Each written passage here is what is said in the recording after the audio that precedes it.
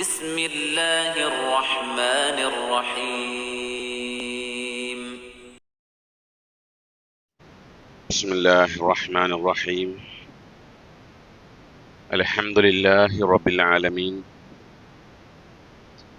الصلاة والسلام على رسول الله وعلى آله وصحبه أجمعين أما بعد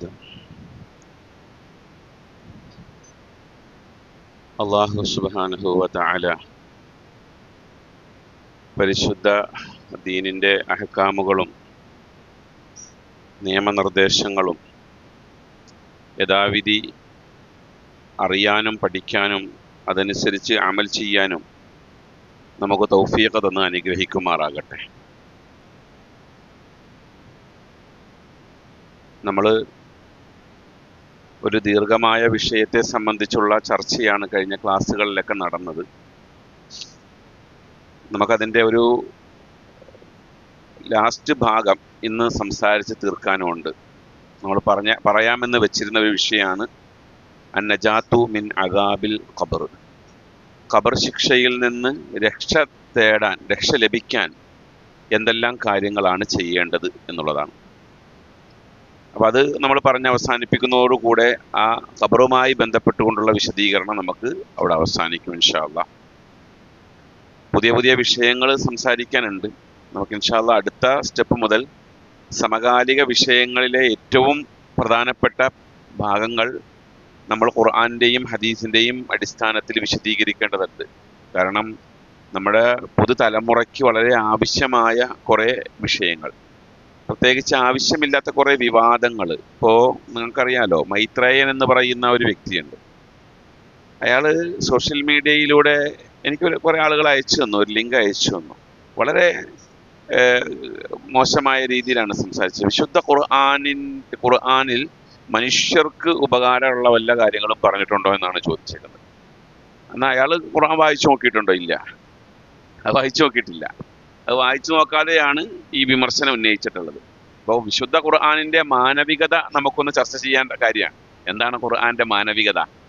നമുക്ക് തിരിച്ച് ചോദിക്കാനുള്ള ചോദ്യം ഇത്രേ ഉള്ളൂ: ഖുർആനിൽ മനുഷ്യന് ഉപകാരമില്ലാത്ത എന്തെങ്കിലും കാര്യം പറഞ്ഞിട്ടുണ്ടോ എന്നാണ് നമുക്ക് ചോദിക്കാനുള്ളത്. എന്തുമായിട്ട് അതൊക്കെ നമുക്ക് ചർച്ചയ്ക്ക് എടുക്കേണ്ട വിഷയങ്ങൾ തന്നെയാണ്. വലിയ വലിയ വിഷയങ്ങൾ മുമ്പിലുള്ളത് കൊണ്ട് തന്നെ അത് പാർട്ടായിട്ട് നമുക്ക് പറയാൻ കഴിയുള്ളൂ. അപ്പോൾ നമുക്കിന്ന് സംസാരിക്കാനുള്ള വിഷയം ഖബർ ശിക്ഷയിൽ നിന്ന് രക്ഷ ലഭിക്കാൻ നമ്മൾ ചെയ്യേണ്ട അമലുകളെ സംബന്ധിച്ചാണ്.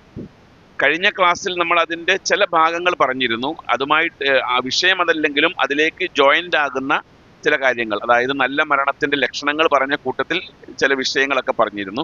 അത് വിശദീകരണത്തിൽ ഞാൻ പറയുന്നുണ്ട് ഇൻഷാ അല്ലാഹ്. ഖബർ ശിക്ഷയിൽ നിന്ന് രക്ഷ ലഭിക്കാൻ ഒന്നാമത് വേണ്ടുന്ന കർമ്മം അസ്ബൂതു ഫി തൗഹീദി വസ്സുന്ന, തൗഹീദിലും സുന്നത്തിലുമുള്ള നമ്മളുടെ ദൃഢതയാണ്. അതിൽ എത്രമാത്രം നമുക്ക് ഉറപ്പുണ്ട് എന്നുള്ളതിനെ അടിസ്ഥാനപ്പെടുത്തിക്കൊണ്ടായിരിക്കും. കാരണം തൗഹീദ് ഒരു മനുഷ്യന്റെ ജീവിതത്തിൽ അത് ആഴത്തിൽ ഇറങ്ങിയിട്ടുണ്ട് എങ്കിൽ ഖബർ ശിക്ഷയ്ക്ക് കാരണമാകുന്ന തിന്മകൾ അവൻ ചെയ്യൂല. എൻ്റെ ജീവിതത്തിൽ തൗഹീദ് ആഴത്തിൽ ഇറങ്ങിയിട്ടുണ്ട് എങ്കിൽ ഞാൻ തിന്മകളിലേക്ക് പോകൂല. ഞാൻ തിന്മകളിൽ നിന്നും, പ്രത്യേകിച്ച് ഇത്തരം ശിക്ഷകൾ ലഭിക്കുമെന്ന് ഭയമുള്ള തിന്മകളിലേക്ക് ഞാൻ പോകൂല. ഞാൻ എൻ്റെ നഫ്സിനെ അതിൽ നിന്ന് പിടിച്ചു വെക്കും. ഇവിടെ ഒരു കാര്യം കൂടെ മനസ്സിലാക്കണം. ഇപ്പോൾ നമസ്കാരം നിർവഹിക്കുന്ന ഒരാൾ, തൗഹീദ് ഉറച്ച ഒരാളാണല്ലോ നിസ്കാരത്തിലേക്ക് കിടക്കുന്നത്. നിസ്കാരം നിർവഹിക്കുന്ന ഒരാളെ സംബന്ധിച്ചിടത്തോളം അയാൾക്ക് ഖുർആൻ പറഞ്ഞത് എന്താണ്? ഇന്ന സ്വലാത്ത തൻഹ അനിൽ ഫഹ്ശാഇ വൽ മുൻകർ. നിശ്ചയമായി നിസ്കാരം മ്ലേച്ഛമായ കാര്യങ്ങളെ തൊട്ട്, മോശമായ കാര്യങ്ങളെ തൊട്ടെല്ലാം തടയുന്നതാണ്. ഖുർആൻ പറഞ്ഞ കാര്യമാണ്. അപ്പോൾ മോശമായ കാര്യങ്ങളെ തൊട്ട് നമ്മുടെ നിസ്കാരം നമ്മളെ തടയുന്നില്ല എങ്കിൽ, അല്ലെങ്കിൽ ഒരാൾ മോശമായ പ്രവർത്തനങ്ങൾ ചെയ്യുന്നുണ്ട് എങ്കിൽ അതിന് വിധി എഴുതുന്നത് എന്താ? ഒന്നിരിക്കും അവൻ നിസ്കരിക്കുന്നില്ല, അല്ലെങ്കിൽ അവൻ്റെ നിസ്കാരത്തിന് എന്തെങ്കിലും തകരാറുണ്ടാവും. മനസ്സിലായില്ല? അപ്പം ഈ തിന്മകളെ, മ്ലേച്ഛതയെ എപ്പോഴും നമ്മളുടെ വിശ്വാസവുമായി നമ്മൾ ബന്ധപ്പെടുത്തിക്കൊണ്ടിരിക്കണം. അങ്ങനെ ബന്ധപ്പെടുത്തുമ്പോൾ എൻ്റെ ഭാഗത്ത് ഒരു തിന്മ വരുന്നുണ്ട് എങ്കിൽ ഞാൻ പരിശോധിക്കേണ്ടത് നമ്മളുടെ വിശ്വാസത്തെയാണ്, ഈമാനെയാണ്. അതുപോലെ തന്നെയാണ് സുന്നത്ത്.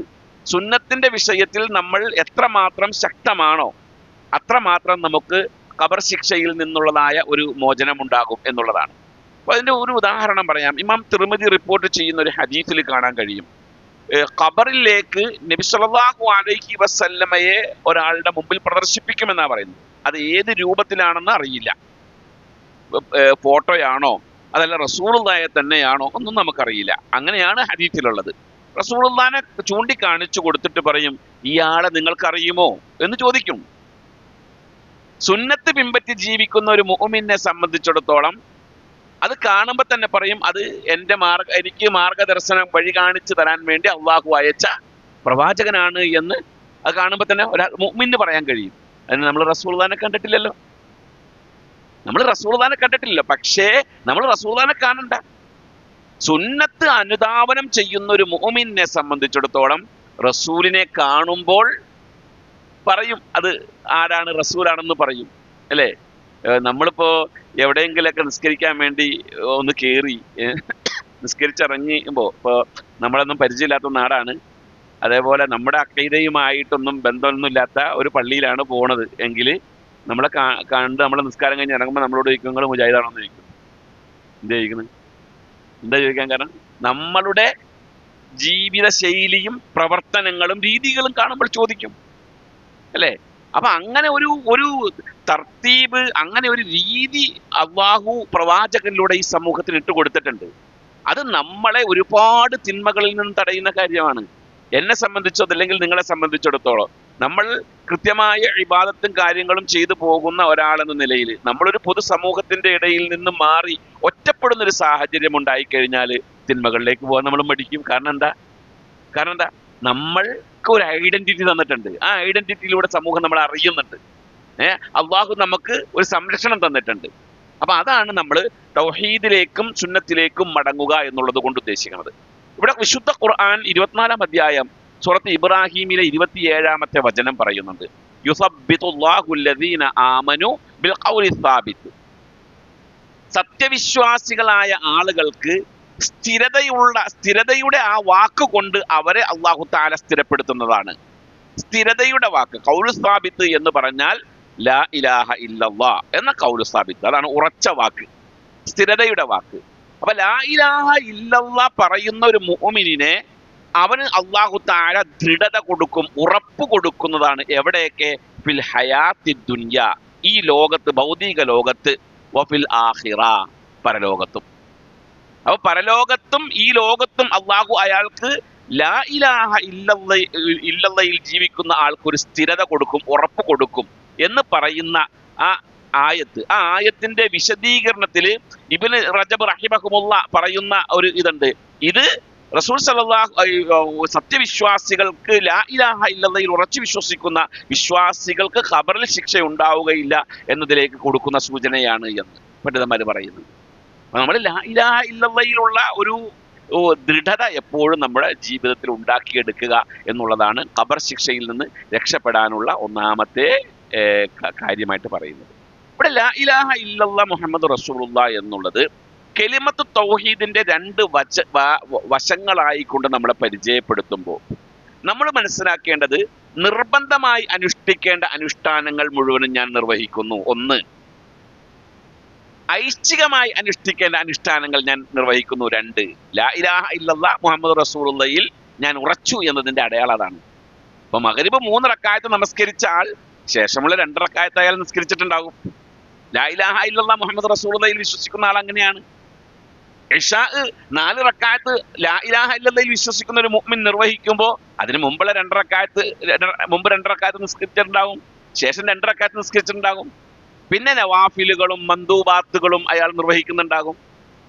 അപ്പോ തൗഹീദിലും സുന്നത്തിലുമുള്ള ദൃഢതയ്ക്ക് വലിയ പ്രാധാന്യമുണ്ട്. ഇവിടെ ബറാ ഇബ്നു ആസിബ് റളിയല്ലാഹു അൻഹു റിപ്പോർട്ട് ചെയ്യുന്ന ഹദീസിൽ കാണാം, ഇദാ ഉഖഇദൽ മുഅ്മിനു ഫീ ഖബ്രിഹി, ഒരു മുഅ്മിനിനെ ഖബർ അടക്കപ്പെട്ടതിന് ശേഷം ഖബറിൽ എഴുന്നേൽപ്പിച്ചിരുത്തപ്പെട്ടാൽ ഉത്തിയ അവനെ കൊണ്ട് സുമ്മ ഷഹീദ അല്ലാ ഇലാഹ ഇല്ലല്ലാഹ് വ അന്ന മുഹമ്മദ് റസൂലുള്ളാഹ്, അവൻ ലാ ഇലാഹ ഇല്ലല്ലാഹ് മുഹമ്മദ് റസൂലുള്ളാഹ് എന്ന വാക്യം അവൻ ആ ഷഹാദത്ത് കലിമ അവൻ ഉച്ചരിക്കും. ഫദാലിക ഖൗലുഹു, അതാണ് യുസബ്ബിതുല്ലാഹു അല്ലദീന ആമനു ബിൽ ഖൗലി സാബിത്ത് എന്ന ശുദ്ധ ഖുർആൻ സൂറത്ത് ഇബ്രാഹീമിലെ 27-ാമത്തെ വചനം കൊണ്ട് അള്ളാഹു ഉദ്ദേശിക്കുന്നത്. നമ്മൾ ഖബറിലേക്ക് ചെന്ന് കഴിഞ്ഞാൽ ഒരു മുഅ്മിന് ആദ്യം പറയുന്ന വർത്താനം എന്താണ്? ലാ ഇലാഹ ഇല്ലല്ലാഹ് മുഹമ്മദ് റസൂലുള്ളാഹി എന്ന് അയാൾ പറയും. അങ്ങനെ പറയാൻ കഴിയുന്നതോടുകൂടെ അയാൾക്ക് എല്ലാ ശിക്ഷകളിൽ നിന്നും അയാൾക്ക് അല്ലാഹു തആല ഇളവ് കൊടുക്കുന്നതാണ് എന്നുള്ളതാണ് ആ ആയത്തും പഠിപ്പിക്കുന്നത്. രണ്ടാമത്തേത്, ഖബർ ശിക്ഷയിൽ നിന്ന് നമുക്ക് രക്ഷ നേടാൻ കഴിയുന്ന രണ്ടാമത്തെ കാര്യം അൽ അഅമാലു സ്വാലിഹാത്ത്. സ്വാലിഹായ അമലുകൾ എത്രമാത്രം നമുക്ക് നിർവഹിക്കാൻ കഴിയും എന്നുള്ളതാണ്. വിശുദ്ധ ഖുർആൻ 30-ാം അധ്യായം സൂറത്തുർ റൂമിലെ 44-ാമത്തെ വചനം അല്ലാഹു പറയുന്നുണ്ട്, വമൻ അമില സ്വാലിഹൻ ഫലി അൻഫുസിഹിം യംഹദുന. ആരെങ്കിലും സ്വാലിഹായ ഒരു അമൽ നിർവഹിക്കുകയാണ് എങ്കിൽ അവരുടെ ശരീരങ്ങളെ നമ്മൾ സംരക്ഷിക്കാനുള്ള സൗകര്യം ഒരുക്കി കൊടുക്കുന്നതാണ്. അമൽ സ്വാലിഹാത്തുകൾ നമ്മുടെ ശരീരത്തെ സംരക്ഷിക്കും എന്ന് പറയുന്നിടത്ത് ആ ആയത്തിന്റെ വിശദീകരണത്തിലും ഇബ്നു റജബ് റഹിമഹുല്ല പറയുന്നുണ്ട്, യഅനി അന്നൽ അമല സ്വാലിഹ, അമൽ സ്വാലിഹാത്ത് കൊണ്ട് ഉദ്ദേശിക്കുന്നത് അമൽ സ്വാലിഹാത്തുകൾ തൽകർമ്മങ്ങൾ യകൂനു മിഹാദൻ ലിസ്വാഹിബിഹി ഫീ ഖബരിഹി, അത് ചെയ്യുന്ന ആളുകൾക്ക് ഖബറിൽ ഒരു സംരക്ഷണ കവചമായിരിക്കും ഉണ്ടാകുക. എങ്ങനെയാണ് അമൽ സ്വാലിഹാത്ത് നമുക്ക് ഖബറിൽ സംരക്ഷണ കവചം ഒരുക്കുന്നത്? ഇവിടെ ഇമാം ബൈഹഖി അദ്ദേഹത്തിന്റെ ശുഅബുൽ ഈമാനിൽ രേഖപ്പെടുത്തുന്ന ഒരു ഹദീസ് ഉണ്ട്. അബൂ ഹുറൈറ റളിയല്ലാഹു അൻഹുവിനെ തൊട്ട് റിപ്പോർട്ട് ചെയ്യുന്ന ഹദീസാണ്. അന്ന നബിയ സല്ലല്ലാഹു അലൈഹി വസല്ലം, നബി സല്ലല്ലാഹു അലൈഹി വസല്ലം പറഞ്ഞു, മസലു ബിനി ആദം വ മാലിഹി വ അമലിഹി മസലു റജുലിൻ ലഹു തലാസത്തു അഖില്ലാ. ഒരു മുഅ്മിനായ അല്ലെങ്കിൽ ബനു ആദമിന്റെ, ആദം സന്തതികളുടെ ഉപമ, അവന്റെ സമ്പത്തിന്റെയും അവന്റെ അമലിന്റെയും എല്ലാം ഉപമ കമസലി റജുലിൻ, ഒരാളെ പോലെയാണ്. ലഹു തലാസത്തു അഖില്ലാ, അവന് 3 സുഹൃത്തുക്കളുണ്ടെന്ന് കൂട്ടാം. 3 സുഹൃത്തുക്കളുണ്ട്. ഖാല ലഹു അഹദുഹും, അതിൽ ഒരാൾ പറയും, അന മഅക മാ ദുംത ഹയ്യ, നീ ജീവിച്ചിരിക്കുന്ന കാലം അത്രയും ഞാൻ നിന്നോടൊപ്പം ഉണ്ടാകും. ഫഇദാ മുത്ത, നീ മരിച്ചാൽ ഫലസ്ത മിന്നി വല അന മിൻക, നീ എന്റേതുമല്ല ഞാൻ നിന്റേതുമല്ല. ഫദാലിക മാലുഹു, അത് അയാളുടെ സമ്പത്താണ്. അല്പമെങ്കിലും ബുദ്ധിയുള്ള മനുഷ്യനാണെങ്കിൽ ഈ ഒറ്റ വാക്ക് മതി.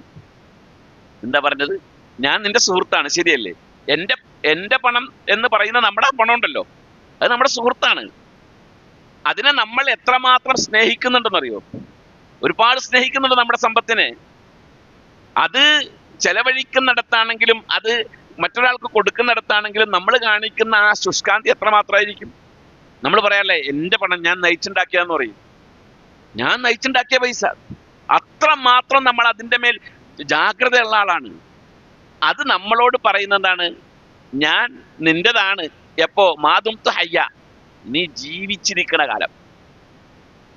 വൈദാമുത്ത, മരിച്ചാല് നീ എന്റേതല്ല ഞാൻ നിന്റേതല്ല. അല്ലാത്തൊരവസ്ഥയാണത്. ആലോചിച്ച് നോക്കിയേ, നമ്മളുടെ ആഗ്രഹങ്ങളും സ്വപ്നങ്ങളും എല്ലാം മാറ്റി വെച്ചിട്ട് സ്വരുക്കൂട്ടി വെച്ച് കൊണ്ട് നടക്കുന്ന നമ്മുടെ പൈസ അല്ലെ?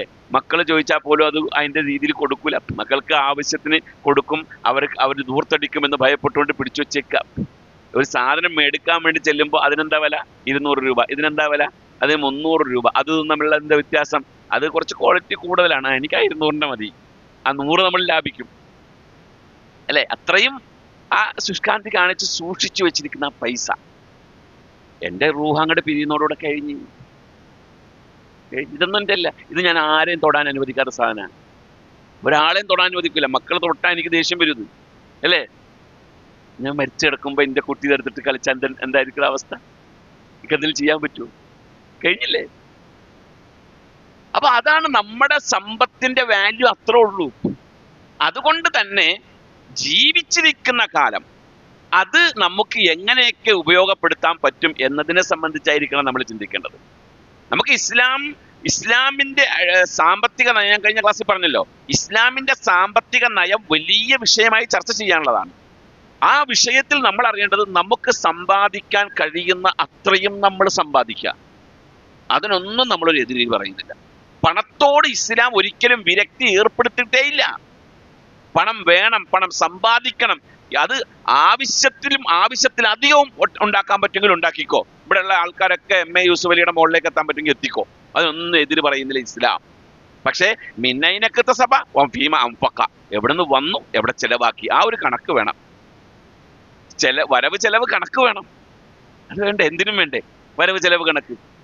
ഒരു സ്ഥാപനത്തിൽ വർക്ക് ചെയ്യുമ്പോൾ ആ സ്ഥാപനത്തിൽ വരവ് ചെലവ് കണക്കില്ല എങ്കിൽ വലിയ പ്രശ്നമല്ലേ?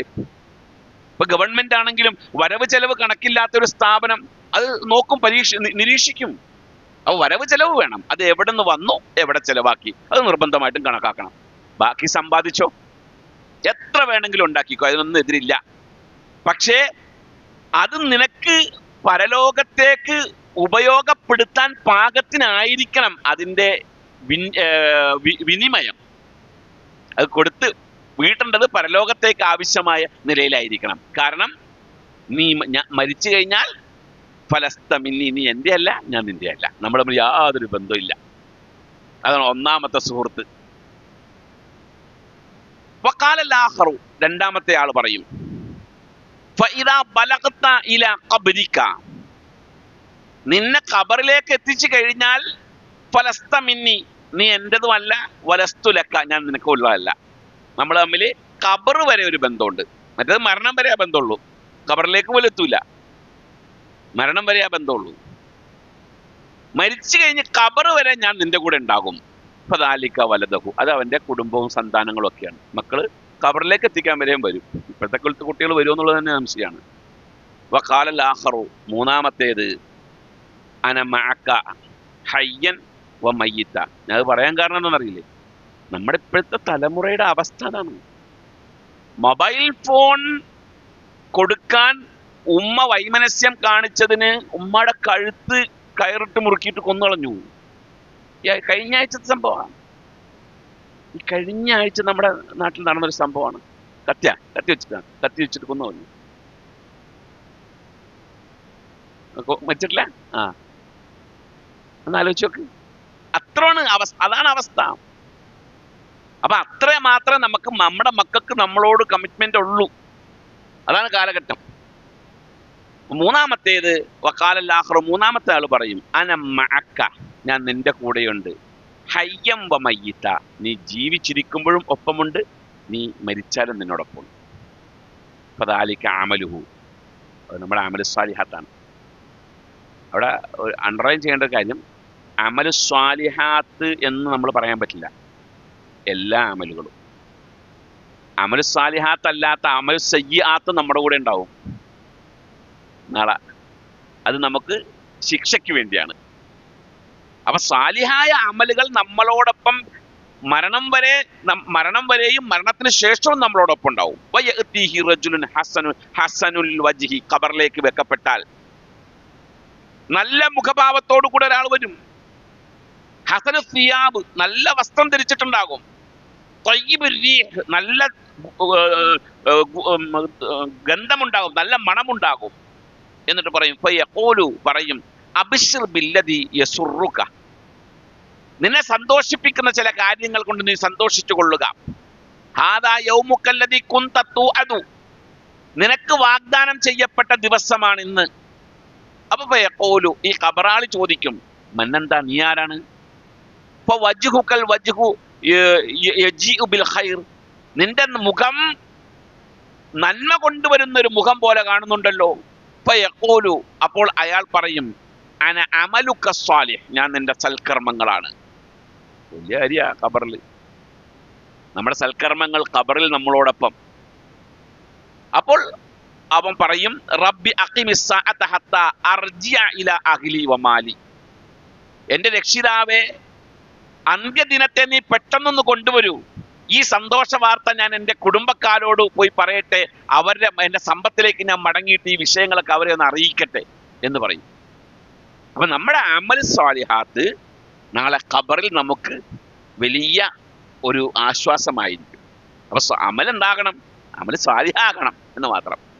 അബൂ ഹുറൈറ റളിയല്ലാഹു അൻഹു അതിന്റെ ഒരു റൂട്ട് മാപ്പ് നമുക്ക് പഠിപ്പിച്ചു തരുന്നുണ്ട്. എങ്ങനെയാണ് അമൽ സ്വാലിഹാത്തുകൾ നമുക്ക് ഖബറിൽ ഒരു സംരക്ഷണ കവചം ഒരുക്കുന്നത്?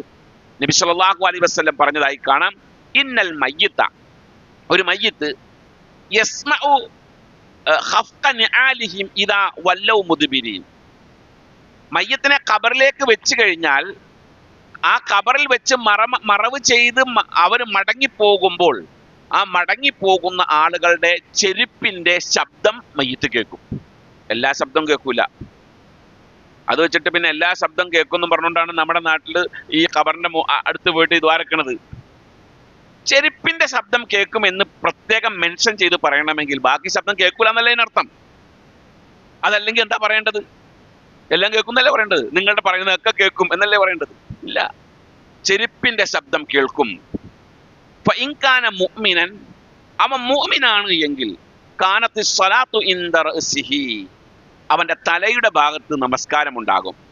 വകാന സൗമു അൻ യമീനിഹി, അവന്റെ വലതുവശത്ത് സൗമ് നോമ്പുണ്ടാകും.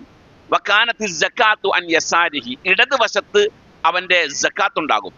വകാന ഫിഅലുൽ ഖൈറാത്തി, ഫിഅലുൽ ഖൈറാത്ത്, നന്മയുടെ പ്രവർത്തനങ്ങൾ, അത് മിനസ് സദഖത്തി, സദഖ, വസ്സലാത്ത്, നിസ്കാരം, സുന്നത്ത് നിസ്കാരങ്ങൾ, സുന്നത്തായ ദാനധർമ്മങ്ങൾ, വസ്സിലത്ത്,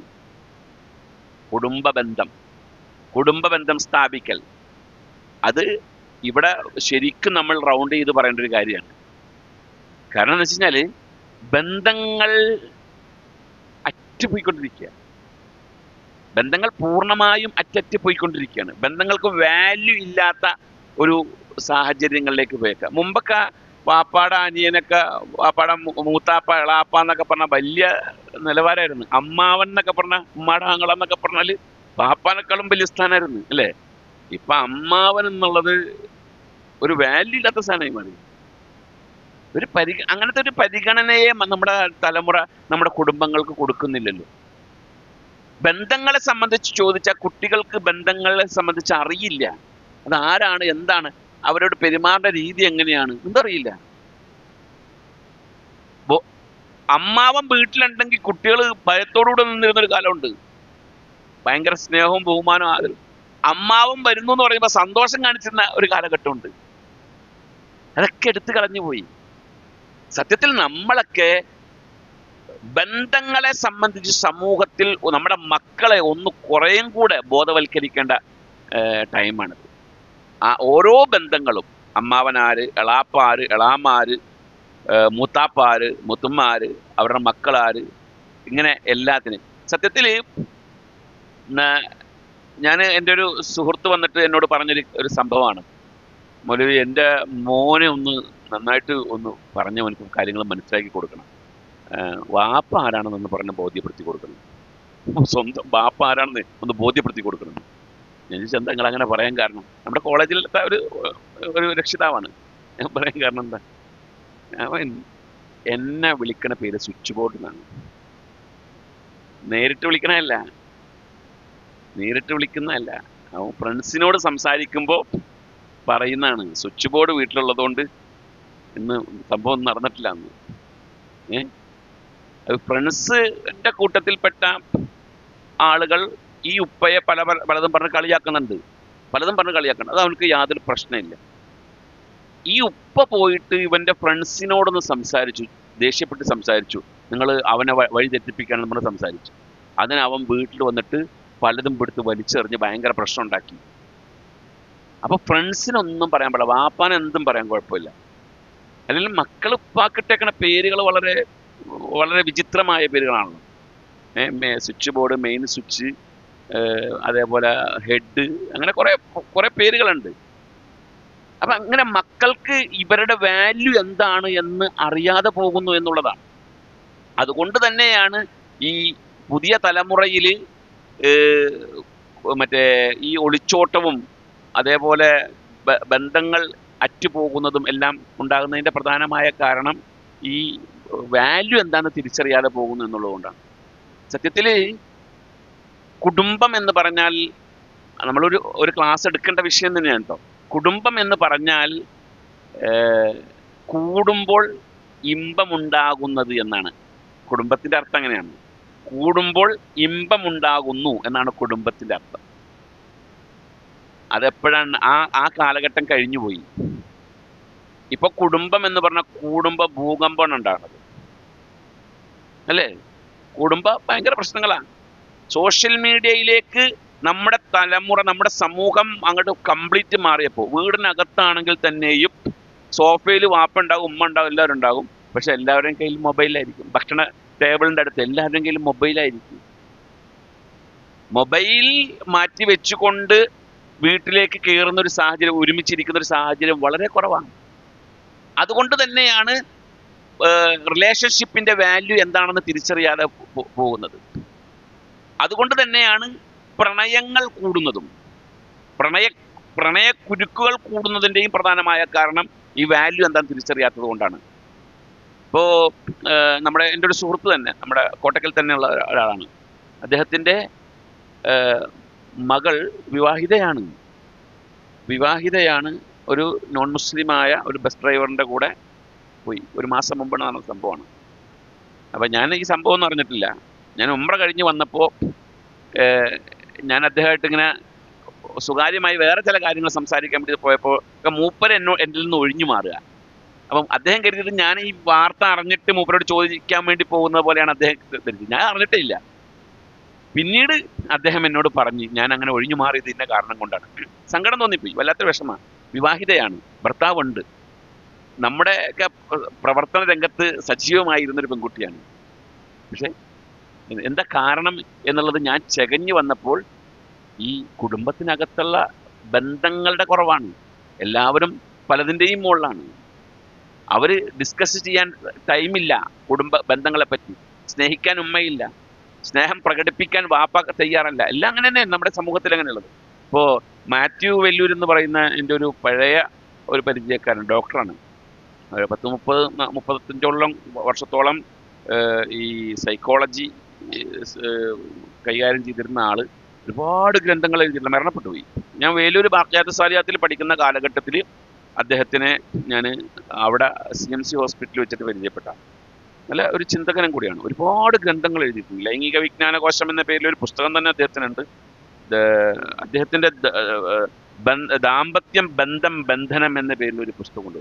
അതിൽ പറയുന്നുണ്ട് 98% പ്രണയ വിവാഹങ്ങൾ പരാജയമാണ്. എന്നിട്ടും കല്യാണം പ്രണയിച്ച് പോകുന്നുണ്ടല്ലോ ആൾക്കാർ. പ്രണയ വിവാഹത്തിന് പ്രാധാന്യം കൊടുക്കുക എന്ന്. ഇന്ന് ഈ പ്രണയവിവാഹമല്ലാതെ നമ്മൾ ഈ പറയുന്ന പോലെ അറേഞ്ച് മാരേജ് അത് ആരും അംഗീകരിക്കുന്നില്ല. അതിന് പറയണ കാരണമാണ് രസകരം. ഒരു പരിചയമില്ലാത്ത ഒരാളെ ഒരു 10 മിനിറ്റ് കൊണ്ട് എങ്ങനെ അയാളുടെ കൂടെ ജീവിക്കാൻ പറ്റുക? നിങ്ങളെല്ലാ ആൾക്കാരും കല്യാണം കഴിച്ച ആൾക്കാരല്ലേ? നിങ്ങൾ പെണ്ണ് കാണാൻ പോയപ്പോൾ എത്ര നേരം വർത്താനം പറഞ്ഞിട്ടുണ്ടാവും? പ്രണയവിവാഹം അല്ലാത്ത ആൾക്കാരായി ഇവർ എത്ര നേരം വർത്താനം പറഞ്ഞിട്ടുണ്ടാവും? ആകെ 2 മിനിറ്റ് അല്ലേ? 2 മിനിറ്റ്. എത്ര കൊല്ലപ്പം ജീവിച്ചു നിങ്ങൾ ആ ഭാര്യയുടെ കൂടെ? കുറ്റവും കുറവൊക്കെ ഉണ്ടായിട്ടുണ്ടാവും, അങ്ങോട്ടും ഇങ്ങോട്ടും ഉണ്ടായിട്ടുണ്ടാവും, അതായില്ലേ? പക്ഷെ ആ ഭാര്യക്ക് ഒരു വിഷമം ഉണ്ടായിക്കഴിഞ്ഞാൽ നിങ്ങൾക്ക് വിഷമം ഉണ്ടാവില്ലേ? ഇല്ലേ? വിശുദ്ധ ഖുർആൻ വൈവാഹിക ബന്ധത്തിൽ നിന്ന് ഉണ്ടാകുന്ന ഒരു വാല്യൂ, ഒരു പ്രൊഡക്റ്റ് പറയുന്നുണ്ട്. വൈവാഹിക ബന്ധങ്ങളിലൂടെ ഉണ്ടാകുന്നൊരു എന്താണ്? മവദ്ദത്തൻ വറഹ്മ. അത് വിവാഹത്തിൽ നിന്ന് മാത്രം കിട്ടുന്ന പ്രൊഡക്റ്റാണ്. വിവാഹത്തിലൂടെ അല്ലാതെ ആ പ്രൊഡക്റ്റ് കിട്ടൂല. മവദ്ദത്തൻ വറഹ്മ, കാരുണ്യത്തിൽ ഊന്നി നിന്നുകൊണ്ടുള്ള ഒരു പ്രണയം, അത് വിവാഹത്തിലൂടെ കിട്ടുള്ളൂ. എൻ്റെ കൂടെ കഴിഞ്ഞ പ്രാവശ്യം ഉംറയ്ക്ക് വന്ന ഒരു 85 വയസ്സ് പ്രായമുള്ളൊരു ആളുണ്ടായിരുന്നു. 85 വയസ്സ് പ്രായം ഉണ്ടായിരുന്നു. അയാളുടെ 18ാമത്തെ വയസ്സിൽ അയാൾ കല്യാണം കഴിച്ചതാണ്. അയാളുടെ ഭാര്യയും കൂടെ ഉണ്ട്, രണ്ടാളും അപ്പോൾ 18ാമത്തെ വയസ്സിൽ കല്യാണം കഴിച്ച അയാളുടെ ഭാര്യ എന്നൊക്കെ പറയുമ്പോൾ ഏകദേശം അവരൊക്കെ ഏജ് ഒരു 10-18 വയസ്സിൻ്റെയൊക്കെ വ്യത്യാസത്തിലേക്ക് ഉണ്ടാവുള്ളൂ. എന്തായാലും രണ്ടാളും ഒപ്പമുണ്ട്. ഉംറ കഴിഞ്ഞ് വന്ന് രണ്ടാമത് ഇയാൾ ഹറമിലേക്ക് പോയി. ഭാര്യനെയും കൊണ്ടാണ് പോണത്. അവിടെ ഹറമിൽ പോയിട്ട് ഒരു വഖത്ത് നമസ്കാരത്തിന് ഭാര്യ മിസ്സായി, കയ്യിൽ നിന്ന് പോയി, കാണാതെയായി. അപ്പോൾ അയാൾ സങ്കടപ്പെട്ട് അവിടെ വന്നിങ്ങനെ ഇരിക്കുന്നത്. അപ്പോൾ കാണുന്നത് ലോഹറിനാണ് ഭാര്യനെ കാണാതെ ആകുന്നത്. ഞാൻ അയാളെ പിന്നെ കുറേ വഖത്തുകൾക്ക് അയാളെ കണ്ടിട്ടില്ല, അസർക്ക് കണ്ടിട്ടില്ല, മഗ്‌രിബിന് കണ്ടിട്ടില്ല, രാത്രി ഭക്ഷണം കഴിക്കാൻ അയാളില്ല. അപ്പം എനിക്ക് ആകെ ബേജാറായി. കോണ്ടാക്ട് ചെയ്യാൻ നമ്പറും ഇല്ല. സുബൈ നിസ്കാരം കഴിഞ്ഞപ്പോൾ ഞാൻ ഹറമിൽ നിന്ന് ഇങ്ങനെ ഇറങ്ങി വരുമ്പോൾ അവിടെ 1-ാം നമ്പർ ഗേറ്റിന്റെ മുമ്പിൽ ഇയാൾ ഇരിപ്പുണ്ട്. ഞാൻ ചോദിച്ചു എവിടെയാണ് നിങ്ങളെന്ന് ചോദിച്ചപ്പോൾ പറഞ്ഞു ഖദീജുവിനെ കാണാനില്ല, അതിന്റെ വിഷമത്തിലിരിക്കുന്നു. ആ സംസം കുടിക്കാന്നല്ലാണ്ട് വേറെ ഒന്നും കുടിച്ചിട്ടില്ല. ആ നേരാത്രായി.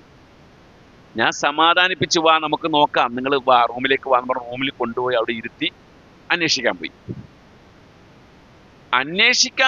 ഞാൻ അന്വേഷിച്ച് കറങ്ങി തിരിഞ്ഞ് വരുമ്പോൾ വീണ്ടും 1-ാം നമ്പർ ഗേറ്റിന് മുമ്പിൽ ഈ മനുഷ്യൻ നിൽക്കുന്നത്. റൂമിൽ ഇത്തിരി വന്നതാണ്. ഇതൊരു പ്രണയമല്ലേ ശരിക്കും? അല്ലേ? ഇതെങ്ങനെ ഉണ്ടായി? നമ്മൾ നമ്മുടെ ഭാര്യനെ പ്രേമിക്കുന്നില്ല എന്ന് തോന്നലാണ്, സത്യത്തിലുണ്ട്. അവളില്ലാതെ ഒരു കാര്യം നമുക്ക് നടക്കൂല, നമ്മളില്ലാതെ ഒരു കാര്യം അവർക്കും നടക്കൂല. അത് എത്ര തന്നെ നമ്മൾ പിണങ്ങിയാലും തമ്മിൽ തല്ലിയാലും അത് നമ്മുടെ ഉള്ളിലുണ്ടത്. അത് അള്ളാഹു ഇട്ടു തന്നതാണ്. കാരുണ്യത്തിൽ അധിഷ്ഠിതമായൊരു പ്രണയം. ലിബറൽ വ്യവസ്ഥിതി ആ ഒരു പ്രണയത്തെ ഇവിടെ ഇല്ലായ്മ ചെയ്യാണ്. ലിബറൽ വ്യവസ്ഥിതി ഉണ്ടാക്കുന്നതെന്ന് വെച്ചാൽ കല്യാണമേ വേണ്ട, ആ ഒരു കാഴ്ചപ്പാടിലേക്ക് മാറുകയാണ്. കാരണം എന്ന് വെച്ചാൽ കല്യാണത്തിലൂടെ ഉണ്ടാകുന്നത് പല പ്രശ്നങ്ങളുമാണെന്നാണ് പറയുന്നത്. അല്ല, കല്യാണം ഇല്ലാതിരിക്കുമ്പോഴാണ് പ്രശ്നങ്ങൾ ഉണ്ടാകുന്നത്. എന്നിട്ട് ലിവിങ് ടുഗദറും അതേപോലെ മറ്റേ താൽക്കാലികമായി കുറച്ചു കാലത്തേക്ക് അഡ്ജസ്റ്റ്മെന്റിൽ ജീവിക്കുന്ന സ്വഭാവവും അതിലേക്ക് എത്തിക്കുന്ന ഒരുപാട് ഘടകങ്ങൾ ഇന്ന് ലിബറൽ വ്യവസ്ഥിതി ഈ സമൂഹത്തിന് കൊടുക്കുന്നുണ്ട്. നമ്മളൊന്നും അറിയാതെ പോകുന്ന കാര്യങ്ങളാണ്. ഇപ്പൊ ഇവിടെ ഇരിക്കുന്ന ആളുകളൊക്കെ മറ്റേ തലമുതിർന്ന ആളുകളാണ്. ചെറുപ്പക്കാര് ഒന്ന് നോക്കണം. ടീനേജ് അതേപോലെ യങ്സ് കൃത്യമായിട്ട് അറിയേണ്ട കാര്യങ്ങളാണ്. വഴി തെറ്റിക്കാൻ ഒരുപാട് മാർഗങ്ങൾ ഇന്ന് തെളിഞ്ഞിരിക്കുകയാണ്. മുമ്പ് ഒരു ലേഡിയെ കാണാനോ ഒരു പെണ്ണിനെ കാണാനോ ആ പെണ്ണുമായിട്ട് സംസാരിക്കാനോ എന്തെല്ലാം നൂലാമാലകൾ ഉണ്ടാവും അല്ലേ? പഴയ കാലത്തൊക്കെ ഈ മരം ചുറ്റി പ്രണയം തന്നെ ഒരു പേരിൽ വരാൻ കാരണം എന്താ? അതൊക്കെ വലിയൊരു ചടങ്ങാണ്.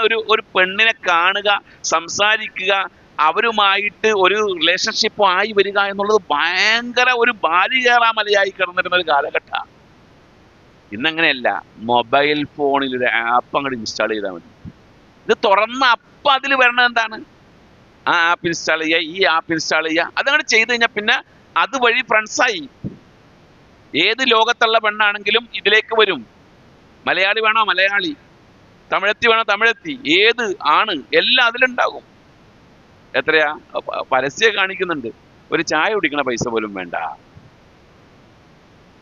ഏറ്റവും അപകടകരമായൊരു കാലഘട്ടമാണ് നമ്മൾ അഭിമുഖീകരിച്ചുകൊണ്ടിരിക്കുന്നത്.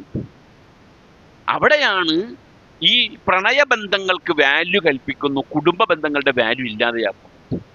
നിങ്ങളറിയോ, ലോകത്ത് 100 പേരെ എടുത്താൽ 100 പേരിൽ പ്രണയിച്ച 100 പേരെ എടുത്താൽ ആ 100 പേരിൽ 90 പേരും പ്രണയിച്ചു എന്നല്ലാതെ കല്യാണം കഴിക്കാതെ പോയ ആൾക്കാരായിരിക്കും. ബാക്കി 10 ആൾക്കാർ കല്യാണം കഴിച്ച ആൾക്കാരായിരിക്കും. ആ 10-ൽ തന്നെ 98% തകർന്ന ബന്ധങ്ങളായിരിക്കും. അതിലൂടെ ആത്മഹത്യകൾ എത്രയോ, കഴിഞ്ഞ ഒരു മാസം മാത്രം കേരളത്തിൽ 5-6 ആത്മഹത്യകൾ അല്ലെങ്കിൽ കൊലപാതകങ്ങൾ അതിൻ്റെ പേരിൽ നടന്നിട്ടുണ്ട്. 2021 മുതൽ 2024 വരെ കേരളത്തിലെ പ്രണയ മരണങ്ങളുടെ ലിസ്റ്റ് നമ്മളുടെ ആരോഗ്യമന്ത്രി നിയമസഭയിൽ ഉന്നയിച്ചിരുന്നു. എത്രയാണെന്നറിയാമോ? 350-ന്റെയും 400-ന്റെ ഇടയിലാണ് പ്രണയ മരണങ്ങൾ, കൊലപാതകം, മരണം, ആത്മഹത്യ. ഇതിങ്ങനെ തുടർന്നുകൊണ്ടേയിരിക്കുന്ന ഒരു പ്രതിഭാസമാണ്. അവിടെ നമ്മുടെ സമൂഹത്തിന്റെ ഇടയിൽ സിലത്തുർ റഹ്മ്, അതിന്റെ വാല്യൂ എന്താണെന്ന് ബോധ്യപ്പെടുത്തി കൊടുക്കണം. അത് അനിവാര്യമായിരിക്കുന്ന ഒരു കാലഘട്ടമാണിത്. അതുകൊണ്ട് കിട്ടുന്ന റസൂൽ സല്ലല്ലാഹു അലൈഹി വസല്ലം പറഞ്ഞ വിശുദ്ധ ഖുർആനിൽ തന്നെ സൂറത്തുൻ നിസായിലെ 1-ാമത്തെ ആയത്ത് തന്നെ പറയുന്നത് എന്താണ്? യാ അയ്യുഹന്നാസ് ഇത്തഖൂ റബ്ബക്കുമുല്ലദീ ഖലഖക്കും മിൻ നഫ്സിൻ വാഹിദ. ഒറ്റ ആത്മാവിൽ നിന്ന്, ഒറ്റ ശരീരത്തിൽ നിന്ന് നിങ്ങളെ സൃഷ്ടിച്ച നിങ്ങളുടെ റബ്ബിനെ നിങ്ങൾ തഖ്വ ചെയ്യുക. വഖലഖ മിൻഹാ സൗജഹ, ആ ഒന്നിൽ നിന്നാണ് അതിന്റെ ഇണയെ സൃഷ്ടിച്ചിട്ടുള്ളത്. വബസ്ത മിൻഹുമാ റിജാലൻ കസീറൻ വനിസ്സാഅ, അതിലൂടെ ഒരുപാട് ആണുങ്ങളെയും പെണ്ണുങ്ങളെയും അവൻ ഈ ഭൂമിയിൽ വിതറിയിട്ടു. ഒരാണിൽ നിന്നും പെണ്ണിൽ നിന്നും കുറെ ആണുങ്ങളെയും പെണ്ണുങ്ങളെയും ഈ ഭൂമിയിൽ വിതറിയിട്ടു. എന്നിട്ട് പറഞ്ഞത് വത്തഖുല്ലാഹ അല്ലദീ തസാഅലൂന ബിഹി വൽ അർഹാം, നിങ്ങൾ അള്ളാഹുവിനെ സൂക്ഷിക്കുക, പരസ്പരം നിങ്ങൾ ബന്ധം സ്ഥാപിക്കുന്ന ആ ബന്ധത്തെയും നിങ്ങൾ സൂക്ഷിക്കണം, കുടുംബ ബന്ധത്തെയും സൂക്ഷിക്കണം. വലിയ കാര്യമാണ് കുടുംബ ബന്ധം സ്ഥാപിക്കുക എന്ന് പറയുന്നത്. റസൂൽ സല്ലല്ലാഹു അലൈഹി വസല്ലം പറഞ്ഞതായി കാണാം. ഇപ്പൊ നബി സല്ലല്ലാഹു അലൈഹി വസല്ലം ആദ്യമായി മദീനയിലേക്ക് എത്തി. മദീനയിലേക്ക് എത്തിക്കഴിഞ്ഞപ്പോൾ അബ്ദുല്ലാഹി ഇബ്നു സലാം റളിയല്ലാഹു അൻഹു ആണ് ഈ സംഭവം നമുക്ക് പറഞ്ഞു തരുന്നത്. അബ്ദുല്ലാഹി ഇബ്നു സലാം റളിയല്ലാഹു അൻഹു പറയുകയാണ്, ലമ്മ ഖദിമൻ നബി സല്ലല്ലാഹു അലൈഹി വസല്ലം അൽ മദീനത ഇൻജഫൽ അന്നാസു ഇലൈഹി. നബി സല്ലല്ലാഹു അലൈഹി വസല്ലം മദീനയിലേക്ക് എത്തിക്കഴിഞ്ഞപ്പോൾ ജനങ്ങൾ നബിയെ പൊതിഞ്ഞു. അങ്ങനെ പൊതിഞ്ഞപ്പോൾ അബ്ദുല്ലാഹി ഇബ്നു സലാം പറയുകയാണ്, ഫജിഅ്തു ഫിന്നാസി ലിഅൻദുറ ഇലൈഹി. അദ്ദേഹം ക്രിസ്തീയ പണ്ഡിതനാണ്, ജൂത പണ്ഡിതനാണ് അബ്ദുല്ലാഹി ഇബ്നു സലാം. അപ്പൊ ജൂത പണ്ഡിതനാണ്. അപ്പൊ അദ്ദേഹം നബിയെ ഒന്ന് കാണാൻ വേണ്ടി പോയി. അത് നബിയെ കാണാൻ പോകുമ്പോൾ മനസ്സിലാണെന്ന് വെച്ചാൽ അവർക്ക് അറിയാവുന്ന ഒരാളാണ്, ഇങ്ങനെ ഒരാൾ വരാനുണ്ട് എന്ന് അവർക്കറിയാം. അപ്പൊ പ്രതീക്ഷ, മുൻ അടയാളങ്ങൾ കൊണ്ട് മുൻ പരിചയമുള്ള ആള് നേർക്ക് നേരെ കാണാൻ വേണ്ടിയാണ് ചെല്ലുന്നത്. ഫലമ്മസ്തംബത്തു വജ്ഹ റസൂലില്ലാഹി സ്വല്ലല്ലാഹു അലൈഹി വസല്ലം അറഫ്തു അന്ന വജ്ഹഹു ലൈസ ബിവജ്ഹി കദ്ദാബ്. അദ്ദേഹത്തിന്റെ മുഖത്തേക്ക് ഞാൻ നോക്കിയപ്പോൾ എനിക്ക് മനസ്സിലായി, ഒരു കള്ളം പറയുന്ന ആളുടെ മുഖമല്ല അതെന്ന് എനിക്ക് മനസ്സിലായി. ഫകാന അവ്വല ശൈഇൻ തകല്ലമ ബിഹി. അതാണ് നമ്മുടെ പോയിന്റ്. ആദ്യമായി മദീനയിൽ വെച്ച് നബി സല്ലല്ലാഹു അലൈഹി വസല്ലമ സംസാരിച്ചത്, ആദ്യത്തെ സംസാരിച്ചത് ഇപ്രകാരമാണ്, യാ അയ്യുഹന്നാസ്. റസൂലുള്ളാഹിയുടെ സംസാരാണ്. ഓ ജനങ്ങളെ. 4 കാര്യമാണ് അതിൽ പറഞ്ഞത്. 4 കാര്യത്തിലും എത്ര ആ 4 കാര്യത്തിലെയും പ്രാധാന്യം എത്രത്തോളം നിങ്ങൾക്ക് മനസ്സിലാക്കാം. 1, അഫ്ഷുസ്സലാം, സലാം വ്യാപിപ്പിക്കണം. നിങ്ങൾ അസ്സലാമു അലൈക്കും പറയല് വ്യാപിപ്പിക്കണം, അല്ലേ? ഇന്ന് അസ്സലാമു അലൈക്കും പറയല് വ്യാപിച്ചിക്കണോ? കുറവാന്ന്, അല്ലേ? നാട്ടുകാരോടൊക്കെ സലാം പറയുന്ന ആൾക്കാരുണ്ട്, വീട്ടിൽ പോയ അസ്സലാമു അലൈക്കും പറയുന്ന ആൾക്കാരുണ്ട്, വളരെ കുറവാണ്. മക്കളോട് സലാം പറയാ, ഭാര്യയോട് സലാം പറയാ, ഉമ്മാനോട് സലാം പറയാ, വാപ്പാനോട് സലാം പറയാ, കുറവാ. മക്കൾക്കൊക്കെ കുറവാണ് ഇപ്പത്. നബി സല്ലല്ലാഹു അലൈഹി വസല്ലം പരസ്പര സ്നേഹത്തിന്റെ അടയാളമായി പറഞ്ഞത് തന്നെ എന്താണ്? സലാം പറയുക, സലാം വർദ്ധിപ്പിക്കുക എന്നുള്ളതാണ്. അയ്യുൽ ഇസ്ലാമി അഫ്ളലു എന്ന് ചോദിച്ച ഒരാൾ വന്നിട്ട്, ഇസ്ലാമിൽ ഏറ്റവും പുണ്യമുള്ള കാര്യം ഏതാ? നബി സല്ലല്ലാഹു അലൈഹി വസല്ലം പറഞ്ഞത് അൻ തുത്ഇമ തആമ, ഭക്ഷണം കൊടുക്കലാണ്. വതുസല്ലിമ സലാമ അലാ മൻ അറഫ്ത വമൻ ല തഅരിഫ്, സലാം പറയലാണ് നിനക്ക് പരിചയമുള്ളവനോടും പരിചയമില്ലാത്തവരോടും. അത് അടിവരയിടേണ്ട കാര്യമാണ്. നമ്മുടെ പള്ളിയിൽ നിസ്കരിക്കാൻ വന്ന ഒരാള് പള്ളിയുടെ വാതിക്ക നിൽക്കുന്നുണ്ട്, നമുക്ക് പരിചയമില്ലാത്ത ആളാണ്, സലാം പറയില്ല പല ആൾക്കാരും. ഒരാൾ ഇങ്ങോട്ട് സലാം പറഞ്ഞു, ഒരു പരിചയമില്ലാത്ത ആൾ നമ്മളോട് ഇങ്ങോട്ട് സലാം പറഞ്ഞു എന്ന് കൊട്ടിക്കോ, അസ്സലാമു അലൈക്കും. വലൈക്കും സലാം. അയാളിപ്പോ എന്താ എന്നോട് സലാം പറഞ്ഞ? അയാളാണ്, പരിചയമില്ലോ. അങ്ങനെ ചിന്തിക്കാണ് അങ്ങനത്തെ കാലഘട്ടം. അവിടെയാണ് നമ്മളെ വമല്ലം തഅരിഫ് എന്ന് പറഞ്ഞതിന്റെ, പരിചയമില്ലാത്തവർക്ക് സലാം പറയുക. ഇന്ന് സലാം പറയണത് കുപ്പായത്തിന്റെ അടയാളം നോക്കിയിട്ടും അതേപോലെ താടിയുടെ നീട്ടം നോക്കിയിട്ടും അങ്ങനെയൊക്കെയാണ്. എന്നോടാരും സലാം പറയില്ല ആ വർഗം.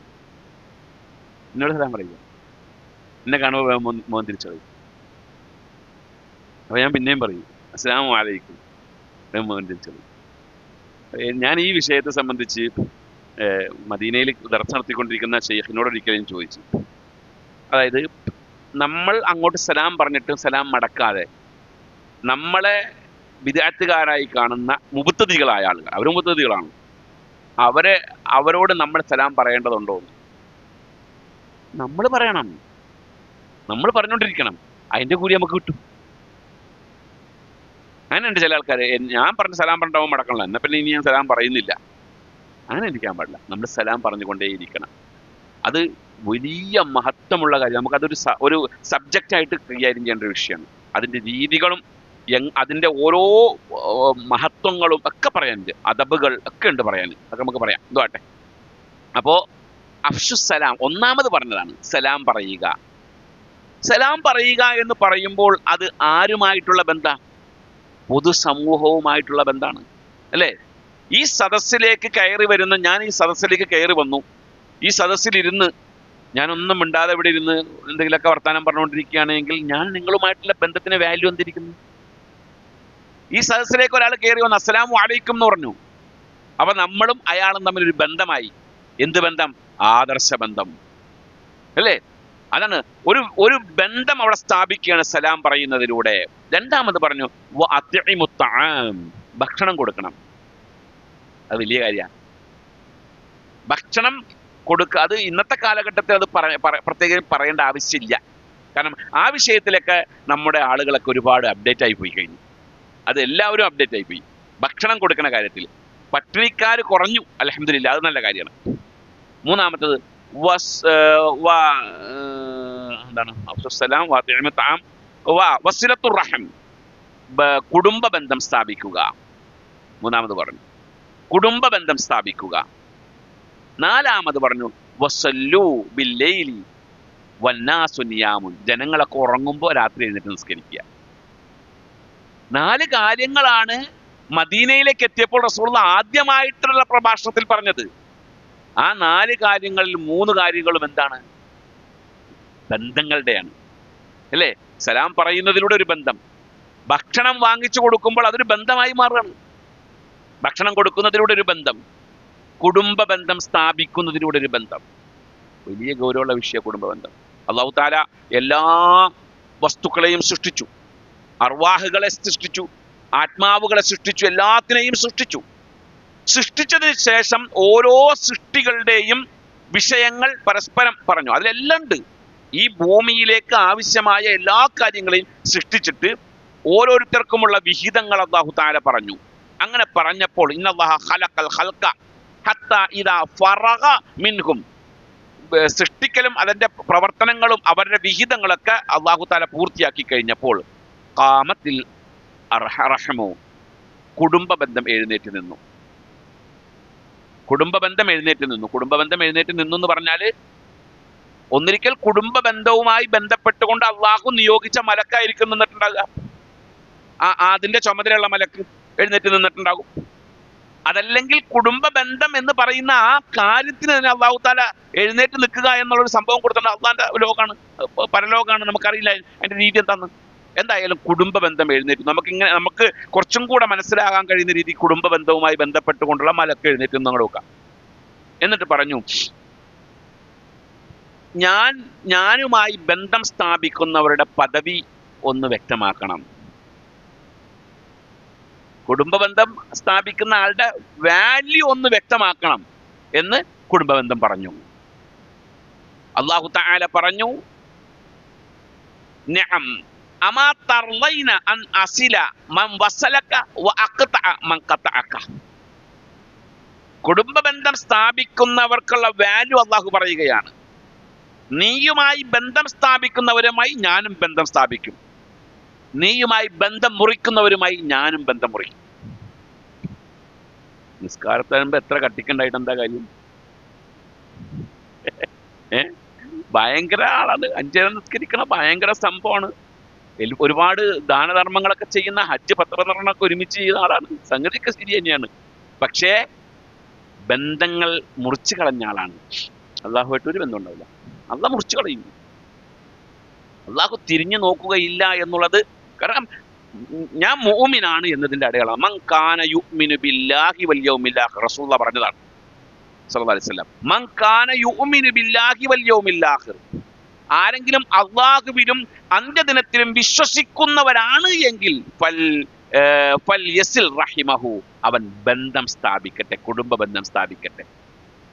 അപ്പൊ കുടുംബ ബന്ധം മുറിക്കുമ്പോൾ അതിനർത്ഥം ഞാൻ അള്ളാഹുവിലും അന്ത്യദിനത്തിലും വിശ്വസിക്കുന്നില്ല എന്നാണ്. ഇതൊരു വിഷയമാണ്. ഒരു അസ്സലാമു അലൈക്കും പറഞ്ഞാൽ തീരാവുന്ന വിഷയമല്ലേ ഉള്ളൂ, അല്ലേ? ഇന്ന് പോയിട്ട് അസ്സലാമു അലൈക്കും പറഞ്ഞാൽ കഴിയും. എന്താ ഇപ്പൊ കുറവുണ്ടാകും? ചില ആൾക്കാർ പറയുന്ന കാര്യമാണ്, അവരൊന്നും ഇങ്ങോട്ട് വരുന്നില്ല, അവരൊന്നും നമ്മളായിട്ട് യാതൊരു ബന്ധമില്ല, പിന്നെന്തിനാ നമ്മളങ്ങോട്ട് പോകണം? എടാപ്പാടെ മോൻ്റെ കല്യാണം വിളിക്കാൻ വന്നു കഴിഞ്ഞപ്പോൾ എൻ്റെ മോളുടെ കല്യാണത്തിന് വന്നില്ലല്ലോ, പിന്നെന്തിനാ ഞാനങ്ങോട്ട് പോകണം? അങ്ങനെ ചിന്തിക്കുന്ന ആൾക്കാരുണ്ട്. അതാണ് ഏറ്റവും വലിയ അപകടം. എന്നോട് പറഞ്ഞ ഇതുണ്ട്, എന്നോട് പറഞ്ഞ ഒരു കുടുംബ ബന്ധം എന്നോട് മുറിച്ച സമയത്ത് പറഞ്ഞാലുണ്ട്, ഞാൻ മരിച്ച എൻ്റെ മയ്യത്ത് കാണാനൊക്കെ ഹറാമാണ്. ഞാൻ പോയി കണ്ടപ്പോൾ എന്ത് ചെയ്യും അയാള്? ആ ബന്ധം മുറിച്ച ആ വ്യക്തി മരിച്ചാൽ ഞാൻ ആ മയ്യത്ത് പോയി കണ്ടാൽ ആ മയ്യത്ത് എന്നോട് എന്ത് ചെയ്യും? ഒത്തും ചെയ്യില്ല. അങ്ങനെ അങ്ങനത്തെ വർത്താനേ പറയാൻ പാടില്ല ഒരിക്കലും. ചില ആളുകൾ ഉണ്ടാക്കുന്ന ചില പ്രശ്നങ്ങളാണ് അതൊക്കെ. റസൂൽ സല്ലല്ലാഹു അലൈഹി വസല്ലം പറഞ്ഞ ഒരു വാക്ക് കാണാം, ഇപ്രകാരം കാണാം: ലൈസൽ വാസിലു ബിൽ മുകാഫി. പകരത്തിന് പകരം ബന്ധം സ്ഥാപിക്കുന്നവനല്ല കുടുംബ ബന്ധം സ്ഥാപിക്കുന്നവൻ. പകരത്തിന് പകരം സ്ഥാപിക്കുന്നവൻ. എൻ്റെ മകളുടെ കല്യാണത്തിന് അയാൾ വന്നു, അതുകൊണ്ട് അയാളുടെ മകളുടെ കല്യാണത്തിന് ഞാൻ പോകുന്നു. പെരുന്നാക്ക് കഴിഞ്ഞ ചെറിയ പെരുന്നാക്ക് എൻ്റെ വീട്ടിലോൻ വന്നു, അതുകൊണ്ട് ഞാൻ എന്ത് ചെയ്യുന്നു, വലിയ പെരുന്നാക്ക് ഓൻ്റെ വീട്ടിൽ പോകണം. പകരത്തിന് പകരം ബന്ധം സ്ഥാപിക്കുന്നവനല്ല കുടുംബ ബന്ധം സ്ഥാപിക്കുന്നവൻ. മറിച്ച് വലാക്കിന്നൽ വാസില അല്ലദി ഇദാ ഖതഅത് റഹിമുഹു വസലഹ. അവൻ അവിടെ നിന്ന് ബന്ധം മുറിച്ചാലും ഞാൻ ഇവിടുന്ന് അങ്ങോട്ട് പോയി സ്ഥാപിക്കും. അതാണ് കുടുംബ ബന്ധം സ്ഥാപിക്കൽ. അങ്ങനെ വല്ല അബദ്ധങ്ങളും ആരെങ്കിലും ജീവിതത്തിൽ സംഭവിച്ചിട്ടുണ്ടെങ്കിൽ ഇന്ന് തന്നെ തിരുത്തുക. കാരണം ഭയങ്കര പുണ്യമുള്ള വലിയ കാര്യമായിട്ടാണ് കാണുന്നത്. അതല്ലെങ്കിലും നമ്മുടെ ദീനിൽ ഏറ്റവും വാല്യുബിൾ ആയ കാര്യം എന്തൊക്കെയാണെന്ന് നോക്കിക്കഴിഞ്ഞാൽ ഏറ്റവും ഉയർന്ന നിലവാരമുള്ളത് നമ്മുടെ ആദർശം. നമ്മുടെ ആദർശം കഴിഞ്ഞിട്ട് ബാക്കി എന്തും നമുക്കുള്ളൂ, അല്ലേ? ആ ആദർശവും ആയിട്ട് ബന്ധമില്ലാത്ത മാതാപിതാക്കളാണെങ്കിൽ പോലും, അല്ലെങ്കിൽ കുടുംബക്കാരാണെങ്കിൽ പോലും, അവരുമായി ആ ബന്ധം സ്ഥാപിക്കാനാണല്ലോ ഇസ്ലാം പറഞ്ഞത്. ബന്ധം മുറിയാൻ പാടില്ല എന്നുള്ളതാണ്. ആ ബന്ധം നിലനിർത്തിക്കൊണ്ടു പോവുക എന്നുള്ളതാണ്. റസൂൽ സല്ലല്ലാഹു അലൈഹി വസല്ലമയുടെ അടുക്ക് ഒരു സ്ത്രീ അടക്കൊക്കെ വരുമായിരുന്നു, ഒരു വൃദ്ധ വരുമായിരുന്നു. റസൂൽ സല്ലല്ലാഹു അലൈഹി വസല്ലമ അവരെ കാണുമ്പോൾ തന്നെ എഴുന്നേറ്റ് ചെന്ന് അവരെ സ്വീകരിച്ച് നബിയുടെ മേത്തിടുന്ന ഒരു പുതപ്പുണ്ട്, ആ പുതപ്പ് വിരിച്ച് ഇരുത്തി അവരെ സൽക്കരിച്ചു വിടും. സഹാബികൾ ചോദിച്ചു, ആരാ നബി? നബിയുടെ കുടുംബക്കാരാണെങ്കിൽ അറിയാൻ പറ്റും. പ്രത്യേകിച്ച് മദീനയിൽ അങ്ങനെ കുടുംബക്കാരൊന്നും ഇല്ലല്ലോ റസൂലുള്ളാഹിക്ക് കൂടുതൽ. അപ്പൊ അങ്ങനെ അത്ര വലിയ ഇത്ര ബഹുമാനിക്കാനും സ്നേഹിക്കാനും പറ്റുന്ന ഒരാളാണ് ആരാ നബിയെ എന്ന് ചോദിച്ചു. അതാണ് റസൂല് പറഞ്ഞ മറുപടി, മുലകുടി ബന്ധത്തിലുള്ള എൻ്റെ ഒരു സഹോദരിയാണത്. മുലകുടി ബന്ധം രക്തബന്ധത്തിന് തുല്യമായ ഒരു ബന്ധമാണ് മുലകുടി ബന്ധം. നമ്മുടെ നാട്ടിൽ അതില്ല എന്ന് മാത്രം. ഇന്ന് മുലകുടി ബന്ധത്തിന് മുലകുടി ബന്ധം എന്ന് പറയുന്ന ആ സമ്പ്രദായം ഉമ്മയുമായിട്ട് മാത്രം. പക്ഷെ പഴയ കാലഘട്ടത്തിൽ എന്നൊക്കെ പറഞ്ഞാൽ അറബികൾക്കുള്ള ഒരു പൊതു സ്വഭാവമായിരുന്നു നല്ല ആരോഗ്യമുള്ള ഉന്നത കുടുംബത്തിൽപ്പെട്ട സ്ത്രീകളുടെ മുലപ്പാൽ കുടിക്കാൻ കൊടുക്കുക എന്നുള്ളത്. ആ കുട്ടിയിൽ അതിൻ്റെതായ എഫക്റ്റ് ഉണ്ടാവും. അതുകൊണ്ടാണല്ലോ റസൂലുള്ളാഹി ജനിച്ച ഉടനെ കൊണ്ടുപോയിട്ട് എന്ത് ചെയ്തത്, മുല കുടിക്കാൻ ആളെ ഏൽപ്പിച്ചത്. പിന്നെ വേറൊരു നിയമം കൂടെ അതിലുണ്ട്, അതും കൂടെ നമ്മൾ മനസ്സിലാക്കണം.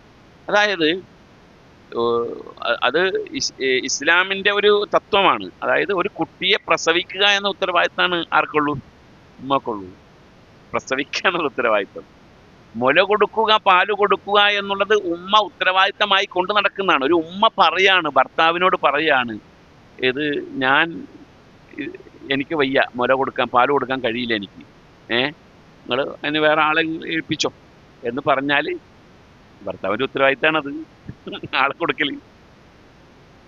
അങ്ങനെയൊക്കെ നമ്മുടെ സമൂഹത്തിൽ അങ്ങനെയൊക്കെ ഒരു സംഭവം ഇവിടെ നടന്നാൽ എന്തായിരിക്കും? വെല്ലുവിളിയായിട്ട് ഏറ്റെടുക്കും വേണമെങ്കിൽ അല്ലേ? എന്നാൽ ഞാൻ ആളെ നോക്കിക്കോളാം എന്നൊക്കെ പറയും. എവിടെ പോയിട്ട് ആളെ കണ്ടുപിടിക്കും? ആകെ പരിചയമുള്ള തൊട്ടടുത്ത പള്ളിയിലത്തെ സെക്രട്ടറിനാണ്. സെക്രട്ടറിനോട് പോയി പറയാണ്, ഇവിടെ മുല കൊടുക്കാൻ പറ്റിയ പെണ്ണുങ്ങൾ ആരെങ്കിലും കിട്ടുമെന്ന് വെച്ച് കഴിഞ്ഞാൽ എന്തായിരിക്കും അവസ്ഥ?